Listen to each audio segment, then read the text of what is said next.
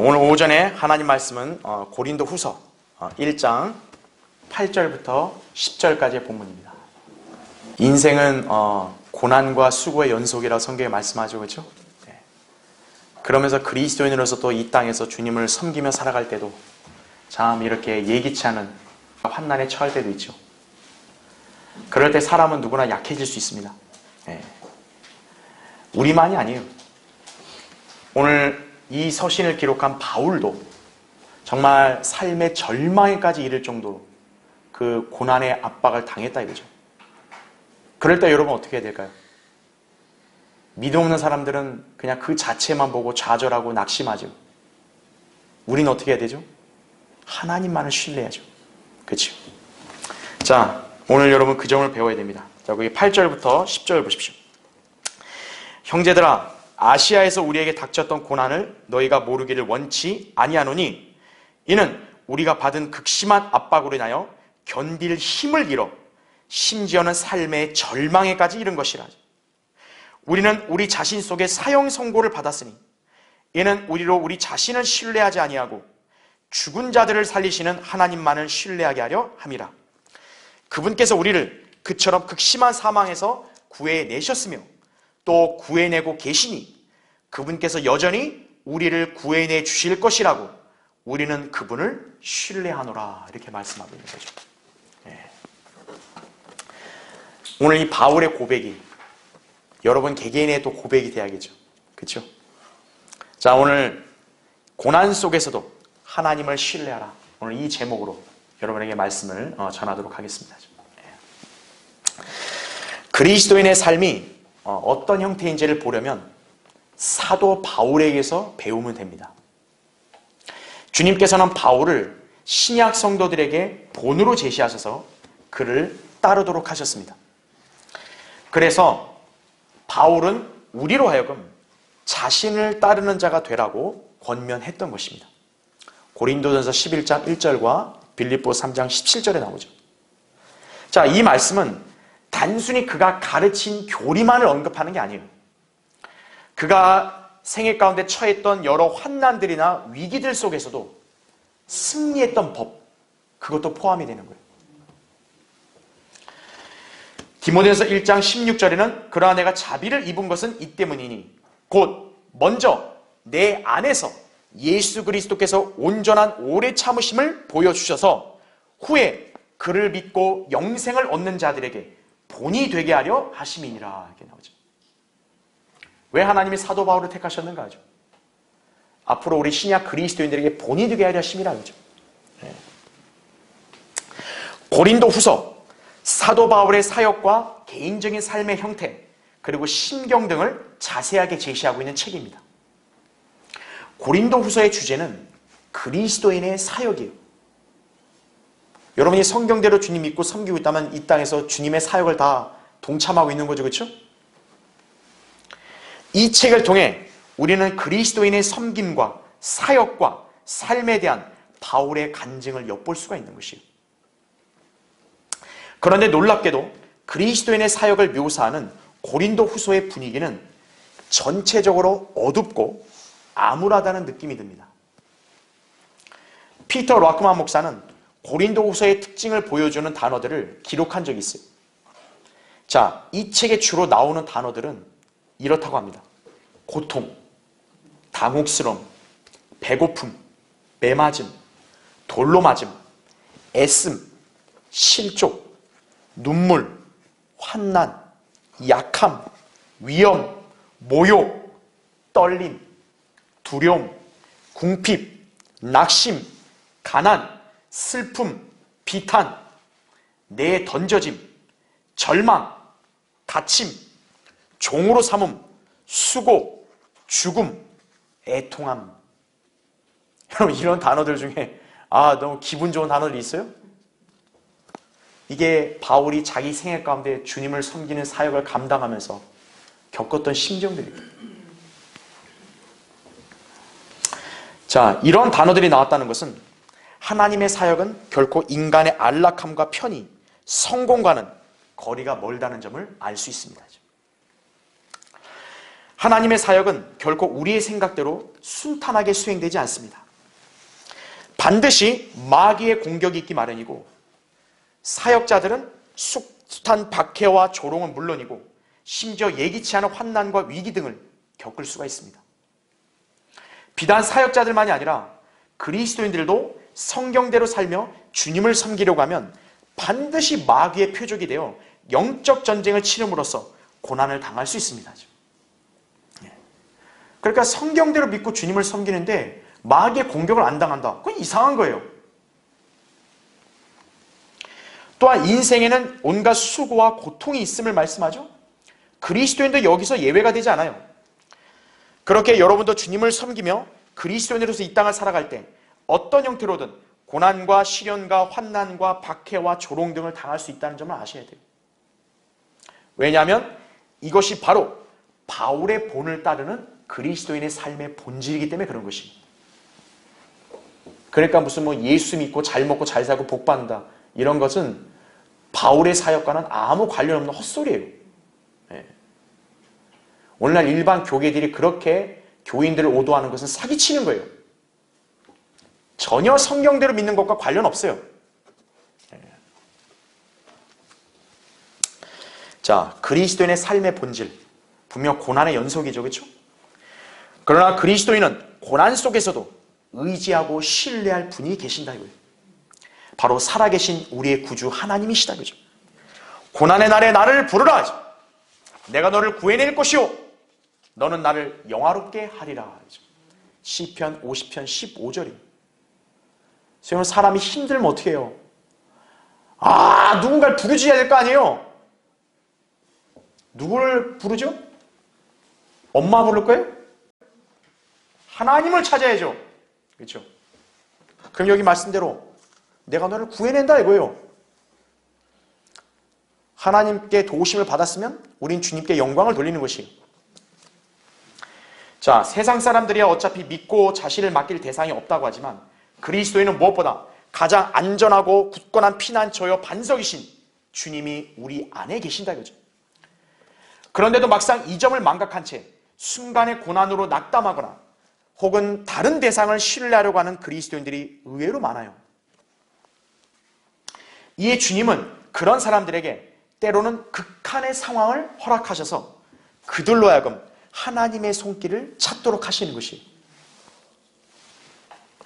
그로 인해 주님은 인생의 고난 속에서도 오직 하나님만을 신뢰하는 것이 정답임을 알게 해주시는 것입니다. 왜 어떤 성도의 고난은 그렇게 지속되고 극심한가 이거예요. 하나님을 더 열렬히 찾고 주님을 신뢰하도록 하시는 거예요. 다른 걸 의지하지 않게 하시는 거예요. 이 점을 사도 바울의 고백에서 우리는 발견할 수 있다 이거죠. 오늘 본문은 사도 바울이 아시아에서 겪었던 극심한 고난으로 인해 삶의 절망에까지 이를 수 있었지만 그에 굴하지 않고 하나님만을 신뢰한다는 고백을 지으면서 기록하고 있죠. 자, 어떻게 이게 가능했던 것인가요? 자, 주님은 우리를 지옥의 심판과 멸망으로부터 우리를 구원해 주시지 않았습니까? 그렇죠. 하물며 그분께서 우리를 저 인생의 고난으로부터 구원해 주지 못하실 리가 있겠냐고요. 영원한 지옥의 형벌로부터 우리를 구원해 주셨는데, 그렇죠? 특히 우리는 장차 주님이 오시면 우리 몸의 구속을 받아서 영원한 생명을 구현할 그 소망이 있지 않겠어요? 로마서 8장 23절부터 25절에 나온 말씀대로 이것을 믿는 것이 바로 그리스도인이에요. 그러므로 우리는 인생의 고난 속에서도 하나님을 신뢰할 수 있는 거예요. 주님이 우리에게 약속하신 확실한 보장의 말씀을 우리가 믿기 때문에 우리는 하나님만 신뢰할 수 있다 이거죠. 이 점을 오늘 바울을 통해서 배우는 계기가 되어야 합니다. 자, 오늘 설교의 주제, 고난 속에서도 하나님만을 신뢰하라 이거죠. 첫 번째로 우리가 받은 극심한 압박으로 인하여 삶의 절망에까지 이른 것이라. 오늘 바울이 그렇게 고백하고 있죠. 여러분 8절 다시 한번 보세요. 형제들아, 아시아에서 우리에게 닥쳤던 고난을 너희가 모르기를 원치 아니하노니 이는 우리가 받은 극심한 압박으로 인하여 견딜 힘을 잃어 심지어는 삶의 절망에까지 이른 것이라 이거죠. 여러분 그 고통이 얼마나 극심했으면요. 진짜 바울 같은 동역자도 절망에 이르렀다 그러죠. 자, 오늘 본문은 사도 바울이 소아시아에서 겪었던 고난을 언급하고 있는데 사실 거기에서 무슨 일을 겪었는지는 사도행전에 기록되진 않았어요. 하지만 우리는 사실 바울의 고난이 얼마나 심했는지 그가 친히 고백한 내용을 보면 충분히 짐작할 수 있습니다.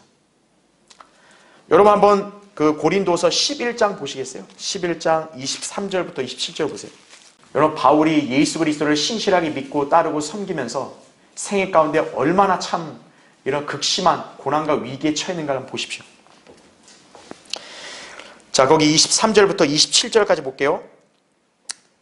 그들이 그리스도의 종이냐? 내가 어리석은 자같이 말하지만 나는 더욱 그러하다. 내가 더 많이 수고하였고, 이렇게 나오죠? 잘 보세요. 매도 헤아릴 수 없이 맞았고 더 빈번히 감옥에 갇혔고 죽을 고비를 여러 번 당하였으니 유대인들로부터 40에 하나 뺀 매를 5번이나 맞았고 이거죠. 그러니까 40에서 하나를 빼면 얼마예요?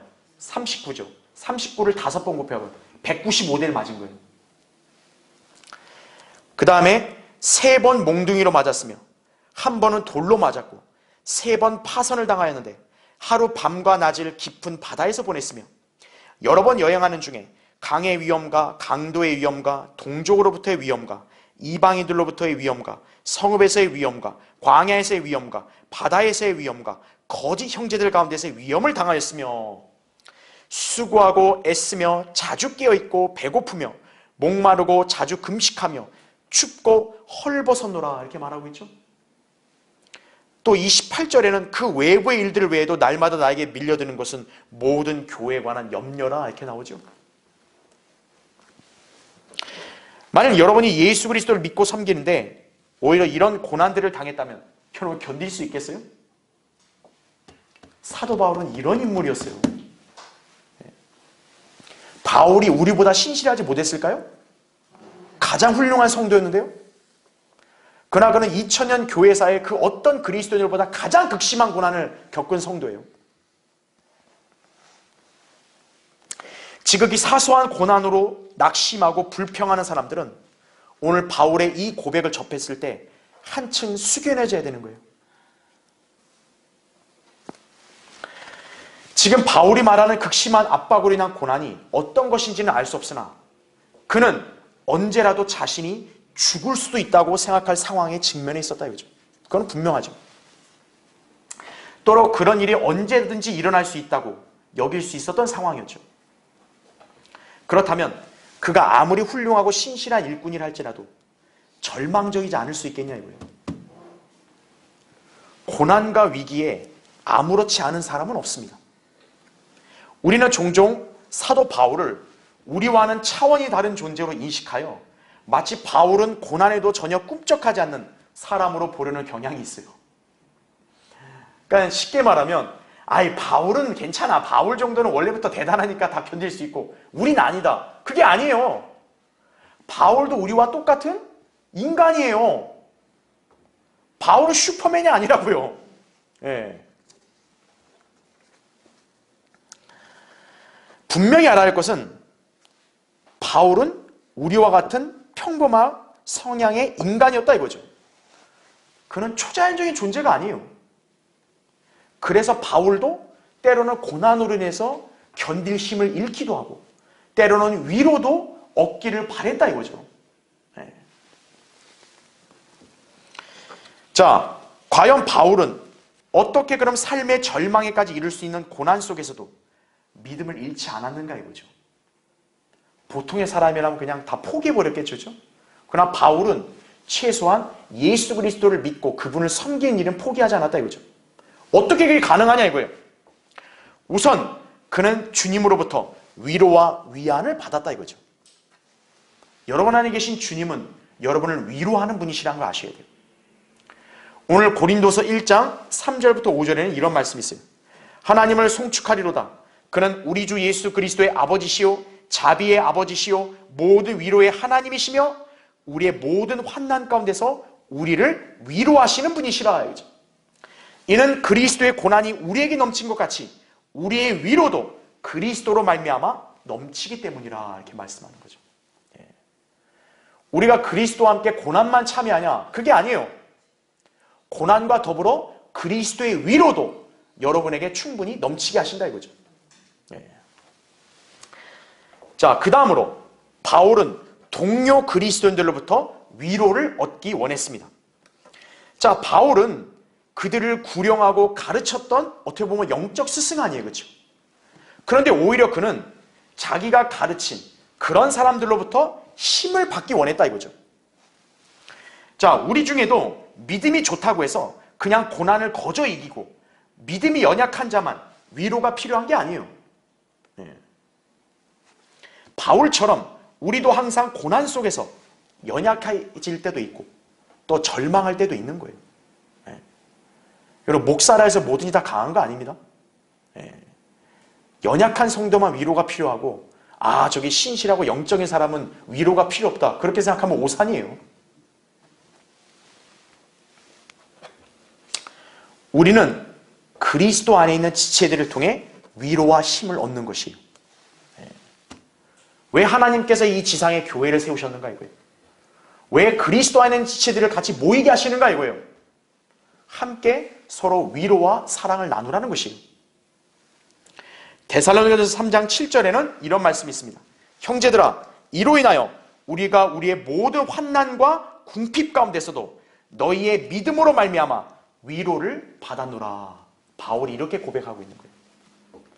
바울도 힘들었겠죠. 근데 바울에게 힘이 된 게 뭐냐?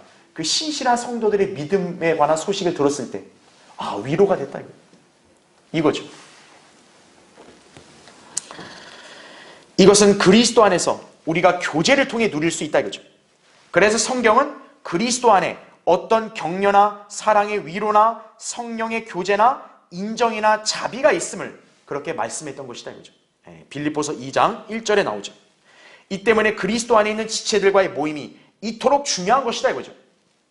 여러분이 고난 중에서도 힘과 위로를 얻을 수 있는 비결은 바로 동료 지체들과 교제라는 사실을 아셔야 돼요. 나만 힘들게 사냐 이거예요. 나만 고난에 처했냐 이거예요.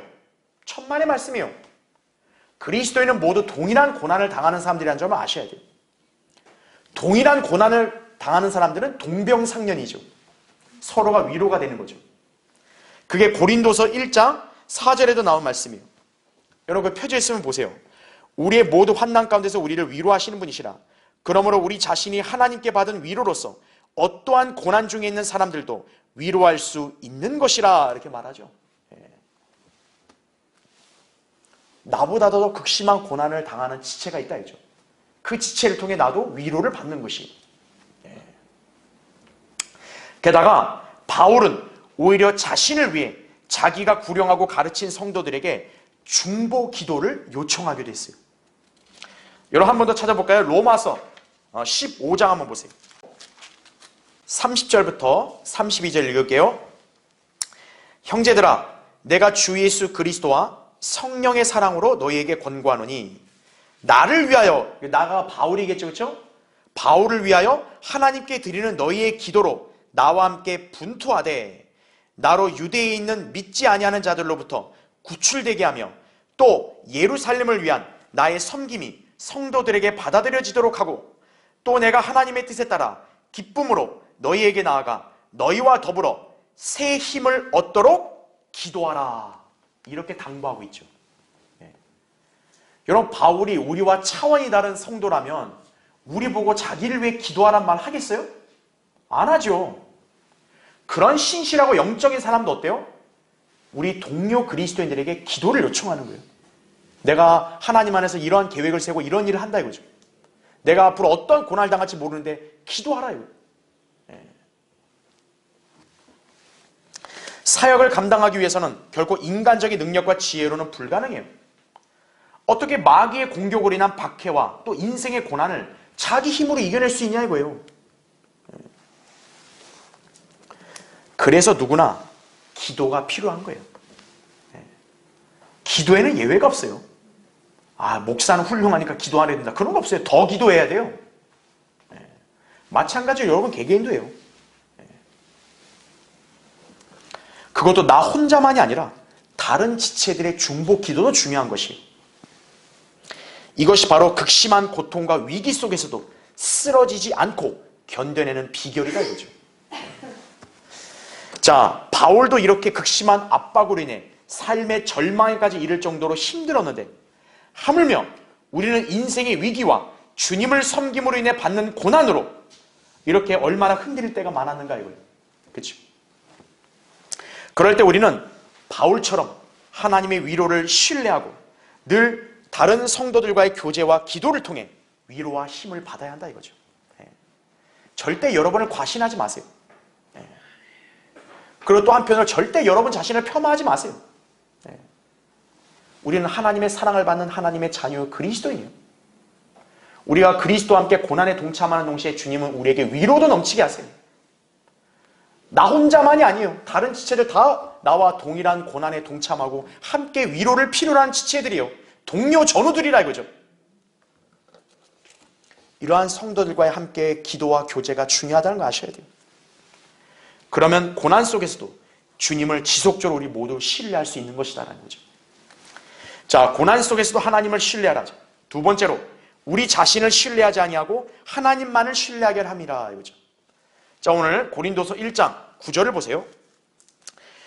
우리는 우리 자신 속에 사형 선고를 받았으니 이는 우리로 우리 자신을 신뢰하지 아니하고 죽은 자들을 살리시는 하나님만을 신뢰하게 하려 함이라 이렇게 고백을 하고 있죠. 바울과 그의 동역자들은 자신들에게 처해진 고난이 얼마나 극심하면 스스로 사망 선고를 내렸다고 말합니다.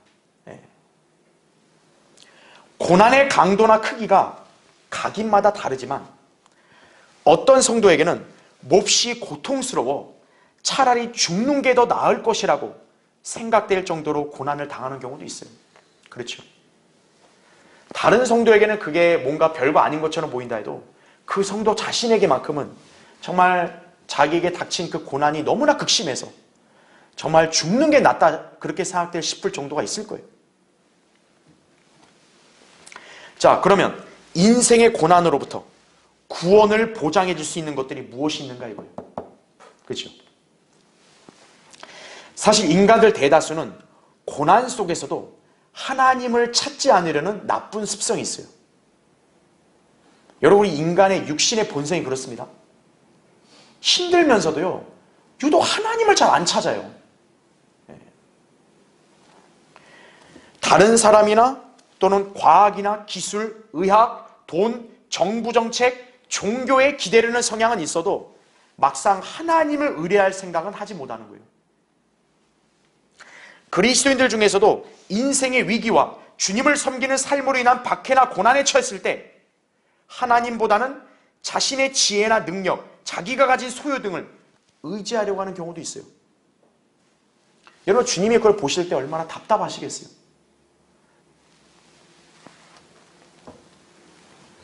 자, 이런 사람들에게 주님은 좀 정신을 차리라 해서 몹시 고통스러운 상황, 극한의 시련으로 때론 내몰게 하시는 거예요. 그러면 어떻게 되죠? 자기가 그동안 의지했던 것들이 별볼이 없다는 걸 깨닫게 되겠죠. 그러면 이제 비로소 어떻게 하겠어요? 아, 하나님밖에 없겠구나. 이제 주님을 신뢰하게 하시는 거죠. 그리하여 자신을 고난 속에서도 구원해 주실 분은 하나님뿐이심을 깨닫게 하시는 것이. 만일 바울이 자기의 힘과 노력으로 고난을 얼마든지 헤쳐나갈 수 있었다면 바울이 이런 고백할 이유가 있겠어요? 난 하나님만을 신뢰하겠다. 굳이 이런 절절한 고백을 했겠냐고요. 자기가 세운 계획대로, 자기가 대비한 대로 그렇게 모든 위기를 헤쳐나갈 수 있다면 뭐하러 이런 심경을 고백했겠냐고요. 그리고 바울에게 간증이 있겠어요? 아, 살아계신 하나님을 신뢰하라. 하나님께 감사하노니 이런 고백을 할 이유가 있겠냐고요, 바울이. 그렇죠? 이와 마찬가지로 우리 그리스도인들도 우리 자신을 신뢰하는 게 아니라 하나님만을 온전히 우리가 신뢰해야 한다 이거죠. 이것이 인생의 고난 속에서 구원의 정답인 거예요. 내 마음을 다하여 주를 신뢰하고 내 자신의 명철을 의지하지 말라 이거예요. 잠언 3장 5절의 말씀이죠. 사람을 두려워하면 덫에 걸리나 주를 신뢰하는 자는 누구나 안전하리라. 그죠?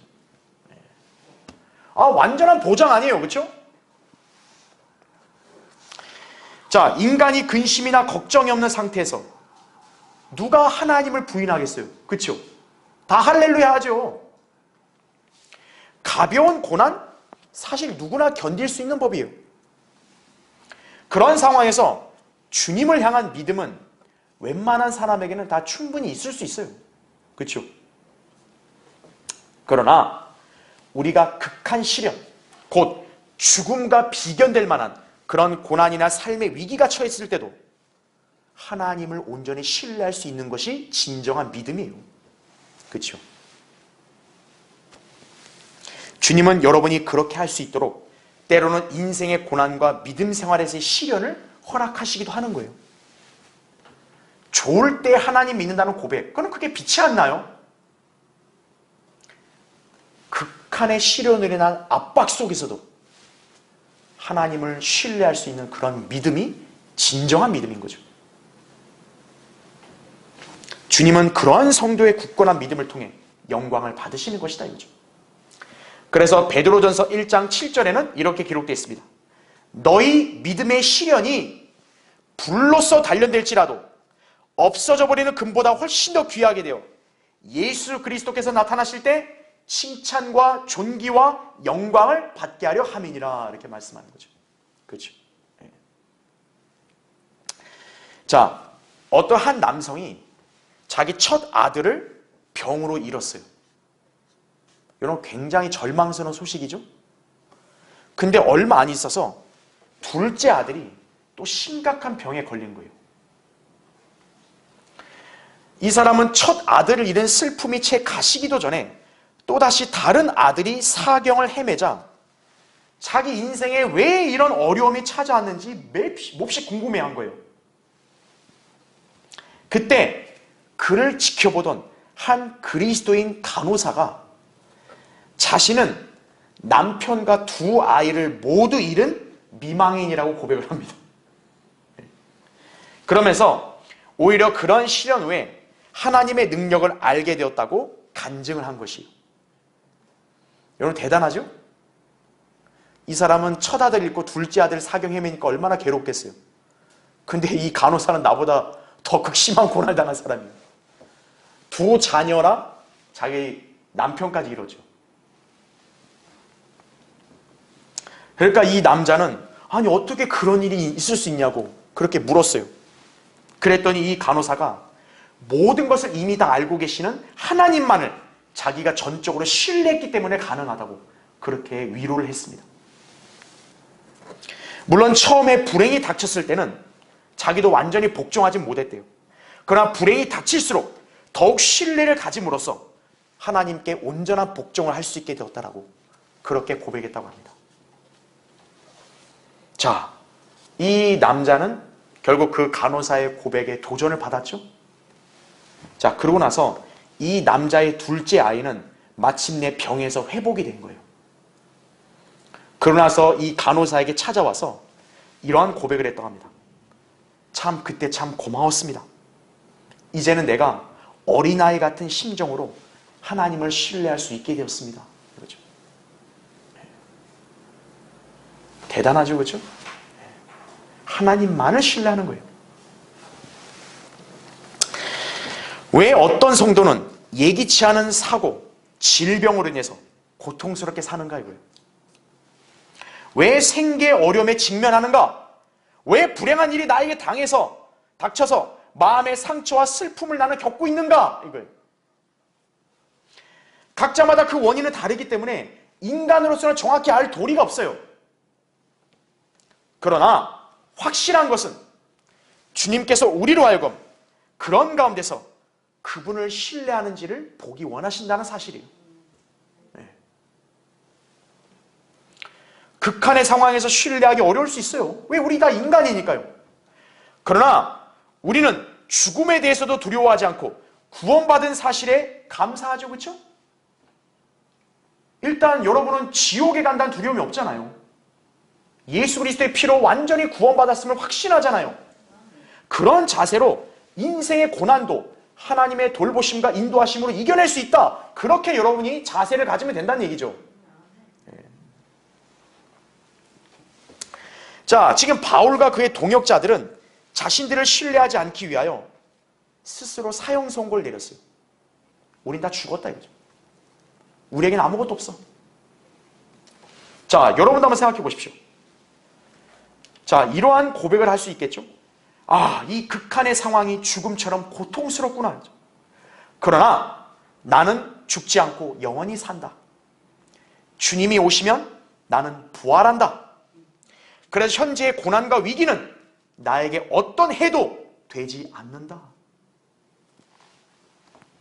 이렇게 생각해 보면서 고난에 한번 대처해 보십시오. 여러분, 무엇이 두렵고 절망스럽겠어요? 그렇죠?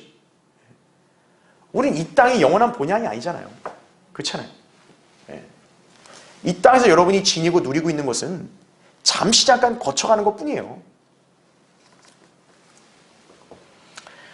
우리는 그렇기 때문에 두려운 게 없는 거예요. 주 안에서 자신감을 가질 수 있는 것이에요. 그러므로 우리가 수고하고 치욕을 감당하는 것은 우리가 살아계신 하나님을 신뢰함이니 그분은 모든 사람들, 특히 믿는 사람들의 구주이시니라. 디모데전서 4장 10절 말씀입니다. 여러분도 이 사실을 믿으십니까? 자, 구원받은 그리스도인은 바울처럼 하나님만을 신뢰할 수 있어야 합니다. 성경은 사람의 도움이 헛됨을 말씀합니다. 시편 60편 11절과 108편 12절에 나와요. 그러나 주님을 신뢰하는 성도는 복이 있는 사람이에요. 예레미야 17장 7절 8절에 이렇게 나옵니다. 잘 들어보세요. 주를 신뢰하고 주께서 그의 소망인 사람은 복이 있도다. 그는 물가에 심겨진 나무가 강가의 그 뿌리를 뻗침과 같아서 더위가 오는 때를 보지 못하고 그 잎이 푸르러 가뭄의 해에도 염려하지 않고 열매를 맺는 것도 그치지 아니할 것임이라. 이거죠. 풍성한 삶이죠. 그렇죠? 주님은 여러분이 이런 삶을 살기 원하시는 거예요. 주님을 신뢰하고 주님께 소망을 둔 사람은 인생이 이렇다 이거죠.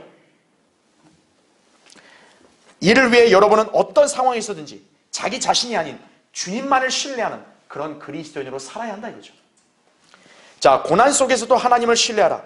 마지막 세 번째로 그분께서 우리를 구해내 주실 것이라는 소망을 가지고 있노라 이거죠. 여러분 이제 고린도서 1장 10절 보세요. 그분께서 우리를 그처럼 극심한 사망에서 구해내셨으며 이렇게 나오죠. 과거죠. 또 구해내고 계시니 이건 현재죠. 그렇죠? 그분께서 여전히 우리를 구해내 주실 것이라고 이건 미래죠. 그러니까 앞으로도 구해내 주실 것이라고 우리는 그분을 신뢰하노라 이거죠. 하나님을 향한 신뢰는 과거, 현재, 미래에 꾸준히 지속되는 거예요. 그렇죠? 자, 아무리 우리에게 극심한 고난이나 위기가 닥쳐와도 심지어 영원한 엄청난 박해나 고통으로 죽음을 맞이하는 사람이 있어도 그리스도인의 불멸의 혼은 영원히 안전하다 이거죠. 그리스도인은 비록 이 생에서 고난으로 인해 삶이 처참할 수 있어도 다가올 영원에서 영원히 산다는 복된 소망이 있는 거죠. 이것이 바로 우리가 고난 속에서도 하나님께 대한 신뢰를 잃지 않는 비결이다 이거죠. 그러니까 쉽게 말해서 여러분 현재 고난 가운데 힘들다면 다가올 영원을 생각해 보세요. 그러면 이겨낼 수 있는 거예요. 하나님은 그걸 분명히 우리에게 약속하시고 보증하셨다 이거죠. 자, 오늘 본문에서 바울은 구해냄을 세 가지로 묘사했어요. 자, 좀 전에 제가 읽을 때 여러분에 강조했죠. 먼저 극심한 사망에서 구해내셨으며 과거죠. 구해내고 계시니 현재죠. 또 구해내 주실 것 미래죠. 그렇죠? 자, 이런 묘사는 그리스도인의 구원에 관한 교리와도 일치합니다. 자, 먼저 우리 인간은 모몬용으로 구성되어 있죠. 그렇죠? 자, 우리의 혼은 갈보리에서 완성된 사역을 받아들임으로써 구원을 받았습니다. 말하자면 예수 그리스도께서 흘리신 그 피로 죄사함 받았음을 믿었을 때 우리는 죄의 형벌로부터 모두 구원을 받았다 이거죠. 여러분, 죄의 형벌이 뭡니까? 바로 지옥의 심판이죠. 우린 갈보리 십자가의 구속을 믿었기 때문에 우리는 죄의 형벌에서 완전히 구원받은 거죠. 예. 이것이 과거의 성화, 즉 우리가 거룩하게 되었던 역사다 이거죠. 히브리서 10장 10절과 14절에 나오죠. 자, 그 다음으로 우리의 영이죠. 우리의 영은 우리가 주님 안에서 자라고 자신을 그리스도께 복종시키고 자기 옛사람을 죽은 것으로 여김에 따라 날마다 죄의 능력으로부터 구원을 받고 있는 중이다 이거죠. 이것이 현재의 성화다 이거죠. 그러니까 그리스도인은 현재 성경대로 주님을 신실하게 믿고 섬기고 하나님 말씀으로 주님과 교제하고 살면 날마다 우리는 죄의 능력으로부터 거룩하게 되는 거죠. 예. 현재의 성화예요. 여러분, 이 땅에 현재 거룩한 삶을 영위하고 싶다면 이렇게 해야 된다 이거죠. 마지막으로 이제 우리가 휴거가 되죠, 그렇죠? 그럴 때 우리의 몸은 죄의 임재로부터 구원을 받을 것이다 이거죠. 그 우리의 구원은 온전해질 것이에요. 데살로니가전서 5장 23절에 이렇게 나온다 이거죠. 주님께서는 우리의 구원을 과거나 현재만이 아니에요. 미래까지도 영원히 보존해 주신다는 얘기죠.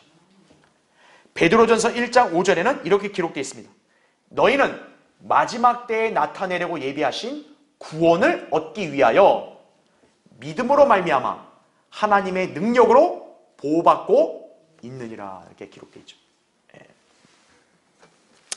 따라서 이 세상에 그 어떤 환난이나 위기나 박해가 닥쳐온다 해도 우리의 구원은 영원히 보장되는 것이다 이거죠.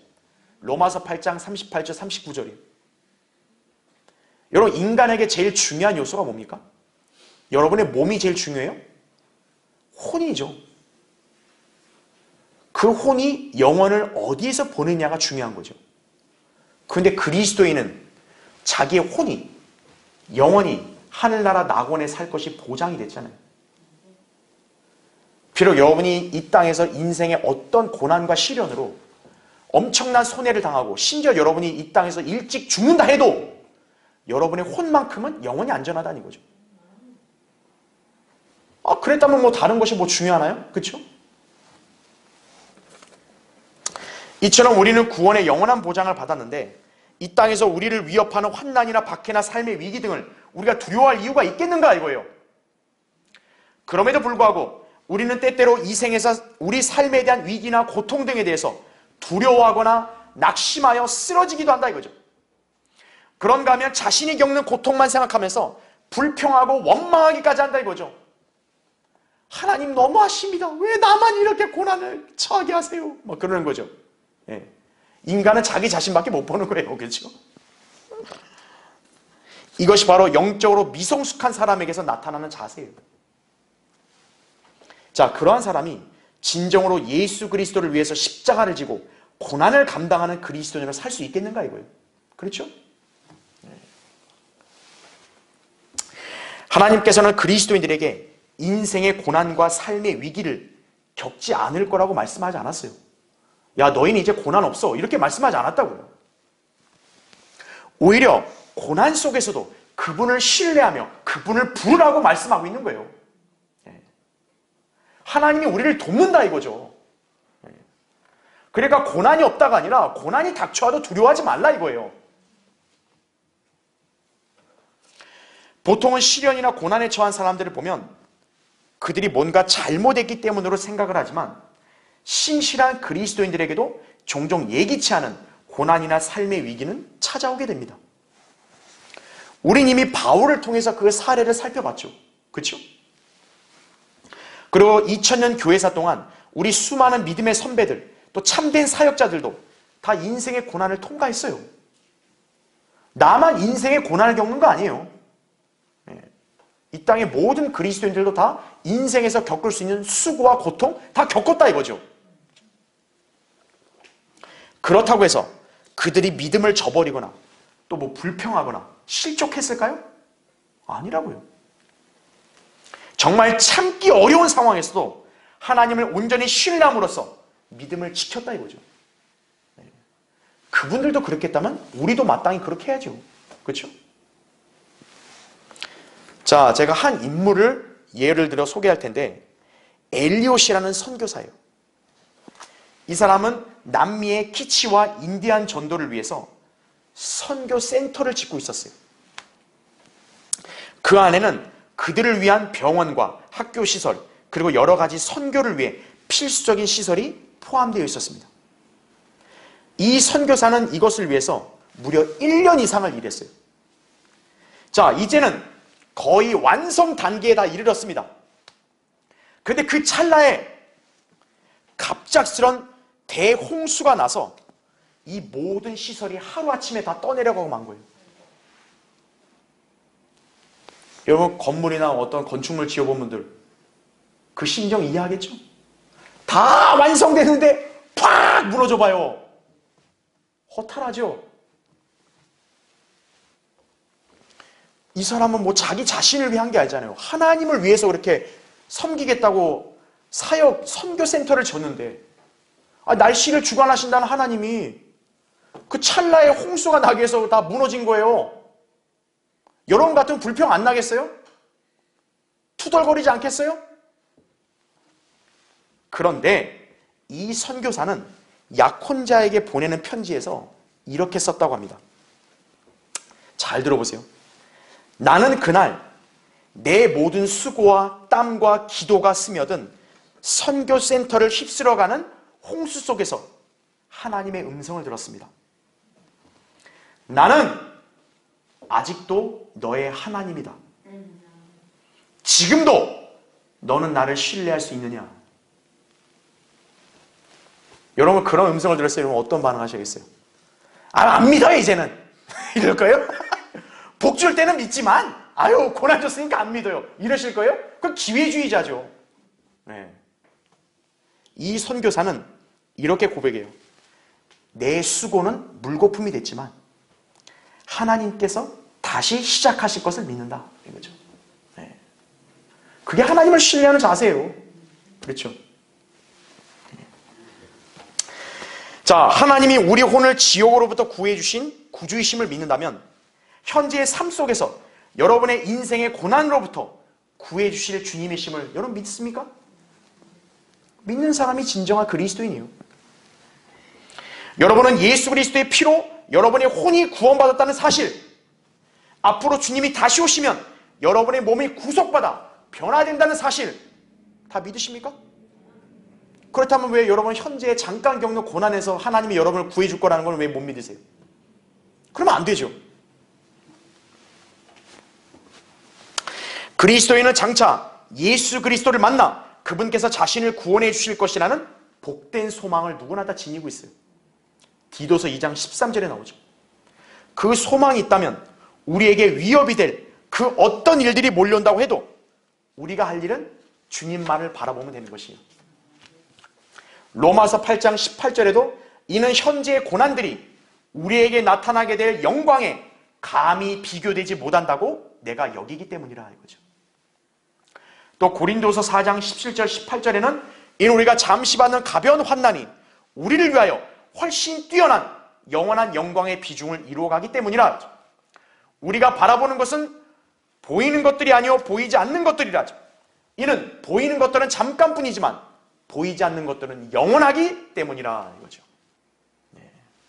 이 말씀을 믿는다면 현재 잠깐 겪는 고난에 대해서 주눅들지 말고 낙심하지 마라 이거죠. 네. 주님은 궁극적으로 우리에게 영생을 실현시키실 것이고 우린 주님과 함께 영광스러운 그 위치에 살게 될 것이다 이거죠. 그렇죠. 자, 결론을 맺겠습니다. 1차 세계대전 중에 곧바로 전방으로 나가야 될 군인들을 위해서 연회가 베풀어졌습니다. 모임 행사가 끝날 즈음 한 젊은 장교가 그 환대에 대하여 감사의 표시를 하였는데 그의 말에는 아주 활기가 넘쳤어요. 그런데 자리에 앉기 전에 그는 이전과는 색다른 어조로 이렇게 말했습니다. 자, 우리는 머지않아 프랑스를 건너갑니다. 그리고 죽을 가능성도 물론 뒤따릅니다. 누구라도 우리가 어떻게 죽어야 될지 말해주겠습니까? 그렇죠. 이들이 이제 전쟁에 투입돼야 되니까 죽을 수 있단 말이에요. 근데 어느 누구도 어떻게 죽어야 될지를 말해줄 사람이 없는 듯 보였을 때 이 연애 행사에 참석했던 가수 중에 한 사람이 앞으로 나와요. 그러더니 그 군인들을 향해서 멘델스존의 엘리야에 나오는 장대한 아리아를 부르기 시작했다 이거죠. 자, 그 가사에 이런 내용이 있어요. 오 주님 안에 안식이 있나니 그분을 향해 인내하며 기다릴지니라. 그분께서는 당신 마음의 소원들을 주시리라. 당신의 길을 그분께 맡기고 그분을 신뢰하라. 악행하는 자들로 인하여 스스로 초조해하지 말라. 오 주님 안에 안식이 있나니 그분을 향해 인내하며 기다릴지니라. 그분께서는 당신 마음의 소원들을 주시리라. 그죠? 이것이 바로 인생의 위협에 직면한 우리 모두에게 절실하게 필요한 메시지라 이거죠. 예. 우리는 누구나 인생의 고난 속에서 주님을 섬기며 살아야 할 때가 많습니다. 인생의 고난을 잘 통과하는 특별한 사람이 있는 게 아니에요. 오늘 본문에서 본 것처럼 그 훌륭한 바울도 극심한 압박으로 인해 삶의 절망에까지 이를 정도였다고 고백을 했어요. 그러나 바울은 예수 그리스도를 온전히 따르며 하나님만을 신뢰했습니다. 그러니까 고난을 이겨낸 거예요. 바울이 무슨 대단한 초능력이 있어 이긴 게 아니고. 자, 바울이 만약 초자연적인 인간이다 이거예요. 그럼 성경에서 우리에게 그를 따르라고 말씀하겠어요? 그렇죠? 차원이 다른 인간이면 주님이 우리에게 그런 권면하시면 안 되죠. 왜 주님께서 바울을 본으로 세웠냐 이거예요. 너희와 똑같은 인간이다 이거예요. 그러나 바울과 현재 우리의 차이점은 뭐냐? 바울은 극심한 압박 가운데서도 하나님만을 신뢰했다 이거예요. 그래서 결국 그는 고난을 다 이겨냈죠. 우리는 그 본을 따르는 거란 이거죠. 여러분도 바울처럼 고난 속에서도 주님을 신뢰할 수 있는 것이. 자, 현재 여러분은 주님을 신실하게 섬기고 있는데 오히려 인생의 난관이나 위기로 인해 고통을 당하고 있습니까? 여러분은 주님께 모든 것을 맡기며 그분을 신뢰해야 한다 이거죠. 주님께서 우리를 돌보시지 않을 이유가 없어요. 주님은 우리 모두를 다 돌보시는 거예요. 지켜보셔요. 우리의 기도를 들으세요. 우리를 도와주신다 이거죠. 문제는 우리의 믿음이다 이거죠. 바울처럼 여러분 자신이 아닌 주님만을 신뢰하고 그분께서 우리를 구해 주실 것이라는 늘 확신을 지니십시오. 늘 기도하시고 항상 말씀으로 위로와 힘을 얻으시길 바랍니다. 제가 마지막으로 이사야 26장 3, 4절을 읽고 마치겠습니다. 주께서는 마음을 주께 의탁하는 사람을 완전한 화평 속에 지키시리니 이는 그 사람이 주를 의뢰함이니이다. 너희는 주를 영원히 의뢰하라. 이는 주 여호와 안에 영원한 힘이 있음이라 이거죠. 자, 기도하겠습니다.